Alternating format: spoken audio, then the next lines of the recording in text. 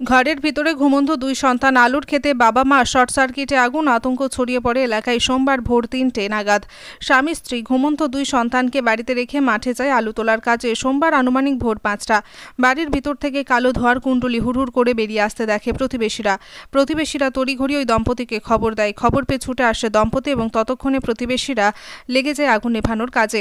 অবশ্য যখন আগুন নিয়ন্ত্রণে আসে ততক্ষণ পুড়ে ছাই হয়ে গেছে বাড়ির সমস্ত জিনিসপত্র। পরিবার সূত্রে জানা যায় শর্ট সার্কিট থেকেই নাকি আগুন লেগেছে। অবশ্য এই ঘটনায় বাড়ির ভিতর থাকা ঘুমন্ত সন্তানদের কোনো ক্ষয়ক্ষতি হয়নি।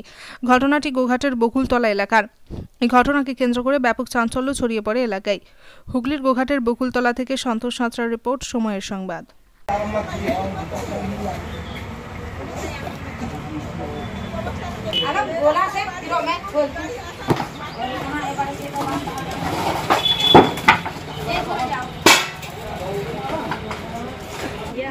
পেজ আছে সেটা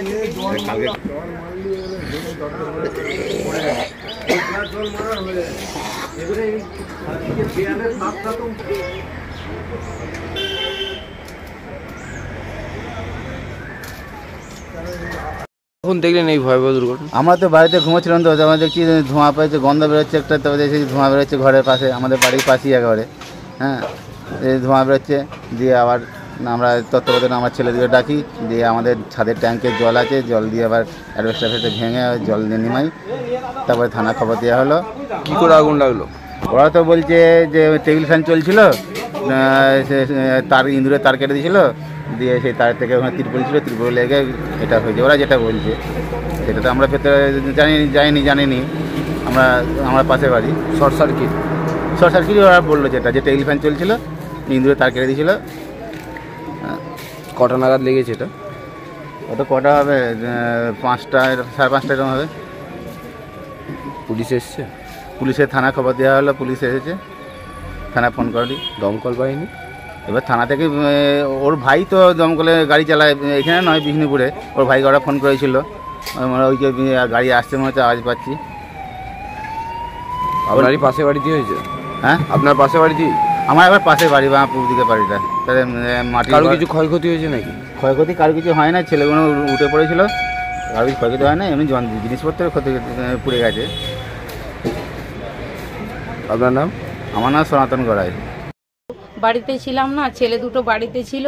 ওরা বলছে যে মা ফ্যানটা চলছিল, ফ্যান থেকে কি একটা শব্দ হলো, তারপরে আমরা বুঝে উঠতে পারিনি, হয়তো কারেন্ট থেকেই হয়তো লেগে গেছে।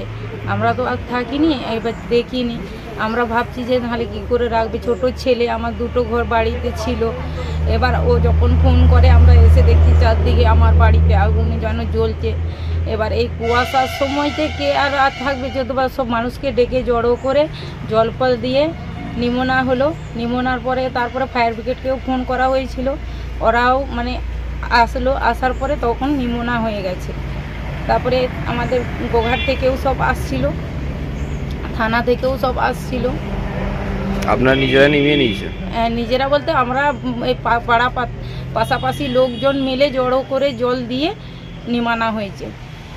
একা কি আর? আপনারা কোথায় ছিলেন তখন? আমরা মাঠে ছিলাম, আলু ভাঙতে গেছিলাম। ছেলে দুটো, আমার ছোট ছেলে দুটো, ওরা ঘরে ছিল। ক্ষয়ক্ষতি হয়েছে? হ্যাঁ, ক্ষয়ক্ষতি হয়েছে, একটা কিচ্ছু নেই, সব যা যে আছে সব পুড়ে ছাই হয়ে গেছে। আপনার নাম? আমার নাম রবি টুডু। কে কে আছেন বাড়িতে? হ্যাঁ, আপনার বাড়িতে কে কে আছে? আমার বাড়িতে বাবা মা আছে, আজকে বাড়িতে থাকেনি তারা।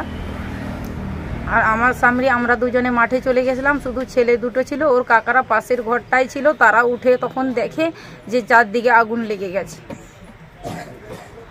কটা নাগাদ লেগেছে? ওই 4:30 নাগাদ ওই রকম লেগে গেছে। ওরা তখনই তো বলছে, তারপর লোকজন জড়ো করতেই তো এবার জল পুকুরে কার মিনি থেকেও দেওয়া যেতে পারেনি, পুকুর থেকে জল তুলে দিতে হচ্ছে।